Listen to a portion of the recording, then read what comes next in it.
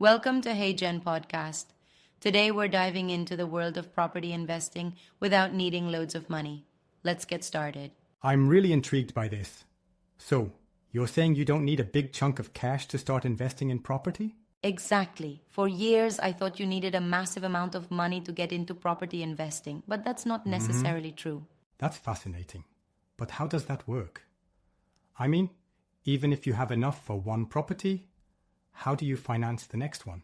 Well, there are ethical win-win strategies that work really well in the current climate. Have you heard of purchase lease options? Purchase lease options? Can't say I have. What's that about? So it's like renting a property with the option to buy it later. You control the property without owning it outright initially. Okay, but how does that benefit both parties?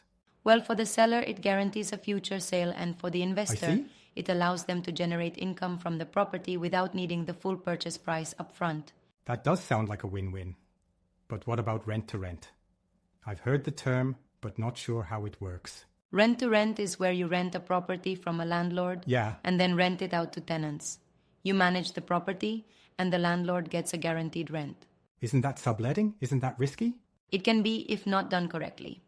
But when done ethically, with transparency and agreements in place, it's beneficial for everyone involved. So you're basically acting as the middle person? Exactly. You're providing a service by managing the property efficiently and maximizing its rental potential. But doesn't that require some capital to start? Well, yes, but not loads. With creative finance options, you can minimize the upfront costs. Creative finance options? Can you elaborate on that? Sure. It's about finding alternative ways to finance property Like what? deals, such as using private investors, joint ventures, or even seller financing. Seller financing? That's when the seller acts as the bank, right? Exactly. The seller allows you to pay over time, interesting. which reduces the need for large upfront funds. But why would a seller agree to that? Various reasons. Maybe they want steady income rather than a lump sum, or I they see. might be having trouble selling the property outright. That makes sense. But aren't there risks involved? Of course, every investment has risks. Right. But with proper due diligence and ethical practices, those risks can be managed. So, it's not about having loads of money, but more about knowledge and strategy? Absolutely. It's about understanding these strategies and applying them ethically. But what if the market changes?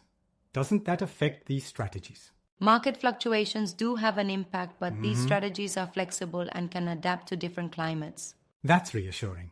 But let me challenge you on one point. Isn't leveraging too much risky? That's a valid concern. Over-leveraging can be dangerous. Exactly. But with proper financial planning and not overextending, you can mitigate those risks. So balance is key then? Precisely. It's about smart investing, not reckless spending. I'm starting to see how this could work.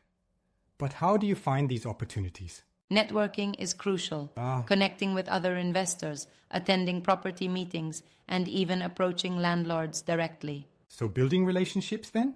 Yes, relationships are at the heart of property investing. It's not just about properties, but people. That's a great point. Any tips for someone just starting out? Educate yourself thoroughly. Read books, take courses, and maybe find a mentor. Having a mentor sounds helpful. But how do you ensure these strategies are ethical? Transparency is key. Always communicate openly with all parties involved and ensure everyone benefits from the arrangement. So no cutting corners or hiding details? Exactly. Ethical investing builds trust and a solid reputation. That's reassuring.